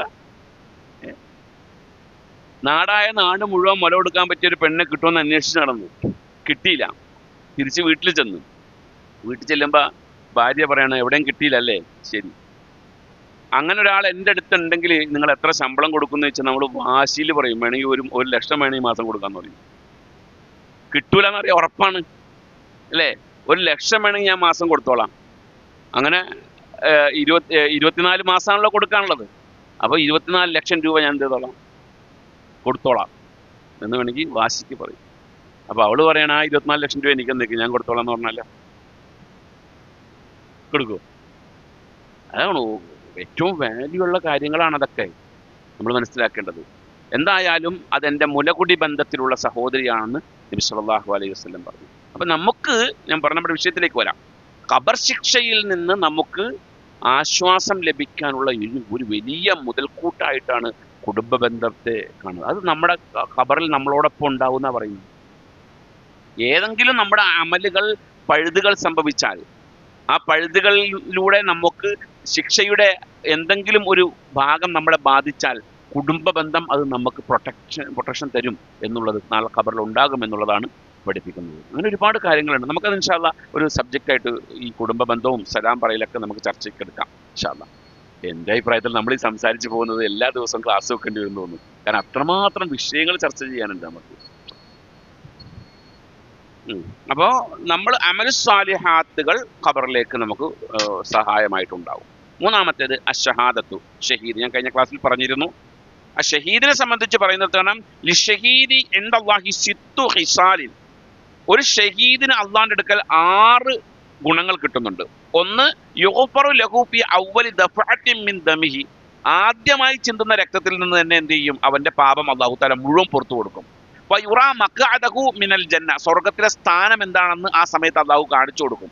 അതുകൊണ്ടല്ലേ ഷഹീദാകുന്ന സമയത്ത് അതിന്റെ ഒരു പ്രയാസവും അയാൾ അനുഭവിക്കുന്നില്ല എന്ന് പറയാൻ കാരണം. ഷഹീദാകുന്ന സമയത്ത് മരണവുമായി ബന്ധപ്പെട്ടുകൊണ്ടുള്ള ഒരു പ്രയാസവും അയാൾ അനുഭവിക്കുന്നില്ല. അതുകൊണ്ട് തന്നെ ഷഹാദത്തിനെ എല്ലാവരും സഹാബികൾ ഇഷ്ടപ്പെട്ടുകൊണ്ടിരുന്നത്. ഷഹീദായി മരിക്കാൻ നമ്മൾ ആഗ്രഹിച്ചുകൊണ്ടേയിരിക്കണം എന്നുള്ളത് പഠിപ്പിച്ചത്. ആഗ്രഹിച്ചുകൊണ്ടേയിരിക്കുക. ഒന്നിരിക്കൽ നമുക്ക് ഷഹാദത്ത് കിട്ടും, അതല്ലെങ്കിൽ മരിക്കുമ്പോൾ ഷഹീദിന്റെ കൂലി കിട്ടും. ഷഹാദത്തിനെ ആഗ്രഹിച്ചുകൊണ്ടിരുന്ന, പക്ഷെ ഒരു കാര്യമുണ്ട്, ഷഹാദത്തിനെ ആഗ്രഹിച്ചുകൊണ്ടിരുന്നിട്ട് ഷഹീദാകാനുള്ളൊരു അവസരം മുമ്പിൽ വരുമ്പോൾ പിന്തിരിഞ്ഞു പോകരുത്. അതോടുകൂടെ എല്ലാം കഴിയും.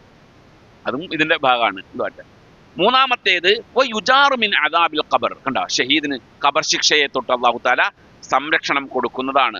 വയഅ്മനു മിനൽ ഫസഇൽ അക്ബർ, ഭീകരാവസ്ഥയിൽ നിന്ന് അല്ലാഹു തആല നിർഭയത്വം കൊടുക്കും. വയുഹല്ല ഹുല്ലത്തൽ ഈമാൻ, വിശ്വാസത്തിന്റെ ആഭരണം അല്ലാഹു തആല വസ്ത്രം അയാളെ ധരിപ്പിക്കും. വയുസവ്വജു മിനൽ ഹൂറുൽ ഈൻ, ഹൂറുൽ ഈങ്ങൾക്ക് വിവാഹം ചെയ്തു കൊടുക്കും. വയുശഫഉ ഫീ 70 ഇൻസാന മിൻ അഖാരിബിഹി, അവൻ കാരണം അവന്റെ ശഫാഅത്ത് അല്ലെങ്കിൽ അവന്റെ ആഗ്രഹ പ്രകാരം അവന്റെ കുടുംബത്തിൽ നിന്ന് 70ഓളം ആളുകൾക്ക് അല്ലാഹു തആല നരകത്തിൽ നിന്ന് മോചനം കൊടുക്കും. അപ്പൊ അത് ഷഹീദിന്റെ ഒരു പ്രതിഫലത്തിൽപ്പെട്ടതാണ്. അത് വിശദീകരിക്കേണ്ട കാര്യം തന്നെയാണ്. എന്തായാലും അതാണ് മൂന്നാമത്തേത്. നാലാമത്തേത് സൂറത്തുൽ മുൽക്ക്. അത് എന്നോട് കഴിഞ്ഞ മുമ്പത്തെ ക്ലാസ്സിലോ ആരോ ചോദിച്ചിരുന്നു. സൂറത്തുൽ മുൽക്ക് ഓതുന്ന ആൾക്ക് അല്ലാഹു തആല ഖബർ ശിക്ഷയിൽ നിന്ന് സംരക്ഷണം കൊടുക്കും. വലിയ പ്രയാസമില്ല, എളുപ്പത്തിൽ ഓതാൻ കഴിയുന്ന ആരാണ്. പഠിച്ചു വെക്കുകയാണെങ്കിൽ നമുക്ക് യാത്രകളിലൊക്കെ ഓതിക്കൊണ്ടിരിക്കുകയും ചെയ്യാം. അബ്ദുല്ലാഹി ഇബ്നു മസ്ഊദ് റളിയല്ലാഹു അൻഹു റിപ്പോർട്ട് ചെയ്യുന്ന ഹദീസിൽ കാണാം, ഖാല റസൂലുള്ളാഹി സ്വല്ലല്ലാഹു അലൈഹി വസല്ലം സൂറത്ത തബാറക ഹിയ അൽ മാനിഅത്തു മിൻ അദാബിൽ ഖബർ. തബാറക സൂറത്ത് അത് ഖബർ ശിക്ഷയെ തൊട്ട് സംരക്ഷണം കൊടുക്കുന്നതാണ്. അതുമായി ബന്ധപ്പെട്ടുകൊണ്ട് ഇനിയും ഒരു 1-2 ഹദീസുകളുണ്ട്. നമുക്ക് ആ വിഷയം അറിഞ്ഞിരുന്നാൽ മതി. അഞ്ചാമത്തേത് ദിക്റുല്ലാഹി കസീറ, അള്ളാഹുവിനെ പറ്റിയുള്ള സ്ഥിരം സ്മരണ, എപ്പോഴും അള്ളാഹിനെ പറ്റിയുള്ള ചിന്ത ഖബർ ശിക്ഷയെ തൊട്ട് കാവൽ കൊടുക്കും. ആറാമത്തേത് അദ്ദുആഉ, ഖബർ ശിക്ഷയിൽ നിന്ന് കാവലിനായി അള്ളാഹുവിനോട് നിരന്തരം പ്രാർത്ഥിച്ചു കൊണ്ടിരിക്കുക. നമ്മുടെ ക്ലാസ്സിന്റെ 2-3 ക്ലാസ്സുകൾക്ക് മുമ്പുള്ള ഒരു ക്ലാസ്സിൽ ഞാൻ പറഞ്ഞിരുന്നു, നബി സല്ലല്ലാഹു അലൈഹി വസല്ലം നിസ്കാരത്തിൽ അവസാനത്തെ പ്രാർത്ഥന ഖബർ ശിക്ഷയിൽ നിന്നുള്ള രക്ഷയാണ്. 10ഓളം പ്രാർത്ഥനകൾ അത്തഹിയ്യാത്തിൽ വന്നിട്ടുണ്ട്. അവസാനത്തെ അത്തഹിയ്യാത്തിലെ പ്രാർത്ഥനകൾ 10ഓളം പ്രാർത്ഥനകൾ വന്നിട്ടുണ്ട്. അതിൽ ഭൂരിപക്ഷം പ്രാർത്ഥനകളിലും അദാബുൽ ഖബറിനെ തൊട്ട് കാവൽ തേടിയിരുന്നു. നബി സല്ലല്ലാഹു അലൈഹി വസല്ലം പറഞ്ഞിട്ടുണ്ട്, Khalid bin Saeed bin Aas റളിയല്ലാഹു അൻഹു സമയത്ത് നബി സല്ലല്ലാഹു അലൈഹി വസല്ലം പറയുന്നതായിട്ട് കേട്ടിട്ടുണ്ട്, വഹുവ യതഅവ്വദു മിൻ അദാബിൽ ഖബർ, ഖബർ ശിക്ഷയെ തൊട്ട് കാവൽ തേടിക്കൊണ്ടേയിരിക്കും റസൂൽ സല്ലല്ലാഹു അലൈഹി വസല്ലം. ഇനിയും അതിലേക്ക് ഒരുപാട് ഹദീസുണ്ട്. ഇദാ ഫറഗ അഹദുക്കും മിന തശഹുദിൽ അഖീരി, അവസാനത്തെ അത്തഹിയ്യാത്ത് പൂർത്തിയായി കഴിഞ്ഞാൽ, അത്തഹിയ്യാത്ത് പൂർത്തിയാന്ന് പറഞ്ഞാൽ അത്തഹിയ്യാത്തിന്റെ തുടക്കം പിന്നെ സ്വലാത്ത്, അതാണ് അത്തഹിയ്യാത്ത് പൂർത്തിയാകൽ. ഇന്നക ഹമീദും മജീദ് വരെ കഴിഞ്ഞാൽ ഫൽയതഅവ്വദ് ബില്ലാഹി മിൻ 4 കാര്യങ്ങളെ തൊട്ട് അള്ളാഹിനോട് കാവൽ തേടണം. ഒന്ന് മിൻ അദാബി ജഹന്നം, നരക ശിക്ഷയെ തൊട്ട്. വമിൻ അദാബിൽ ഖബർ, ഖബറിലെ ശിക്ഷയെ തൊട്ട്. വമിൻ ഫിത്നത്തിൽ മഹിയ വൽ മമാതി, ജീവിതത്തിന്റെയും മരണത്തിലെയും ഫിത്നയെ തൊട്ട്, ഭൗതിക ജീവിതത്തിലെയും പരലോകത്തെയും ഫിത്നയെ തൊട്ട്, വമിൻ ഷദ്ദിൽ മസീഹുദ് ദജ്ജാലിന്റെ ഫിത്നയെ തൊട്ട്, ഈ 4 ഫിത്നയെ തൊട്ട് അള്ളാഹിനോട് അവസാനത്തെ തഹിയ്യാത്തിലെ ഇത് കഴിഞ്ഞാൽ പ്രാർത്ഥനയായിട്ട് നിങ്ങൾ നിർവഹിക്കണം എന്നുള്ളത് നബി സല്ലല്ലാഹു അലൈഹി വസല്ലം പറഞ്ഞിട്ടുണ്ട്. ബാക്കി കാര്യങ്ങളൊക്കെ ഇപ്പൊ ഇത്രയും നമ്മൾ 6 കാര്യങ്ങളാണ് പറഞ്ഞത്. ബാക്കി കാര്യങ്ങളൊക്കെ കഴിഞ്ഞ ക്ലാസ്സിൽ നമ്മൾ പറഞ്ഞല്ലോ. അതായത് നല്ല മരണത്തിന്റെ ലക്ഷണങ്ങൾ, ആ ലക്ഷണങ്ങൾ ഉള്ള ആളുകൾക്കൊക്കെ അള്ളാഹു താല ഖബർ ശിക്ഷ ഒഴിവാക്കി കൊടുക്കും എന്നുള്ളതും നമ്മൾ ഇതിലേക്ക് ചേർത്തങ്ങ് വായിച്ചത്. അപ്പൊ ഇത്രയുമാണ് നമ്മൾ ഖബർ ശിക്ഷയുമായി ബന്ധപ്പെട്ടുകൊണ്ടുള്ള കാര്യങ്ങൾ. നമ്മൾ ഇതിലിപ്പോ എന്തെല്ലാം കാര്യം പറഞ്ഞു?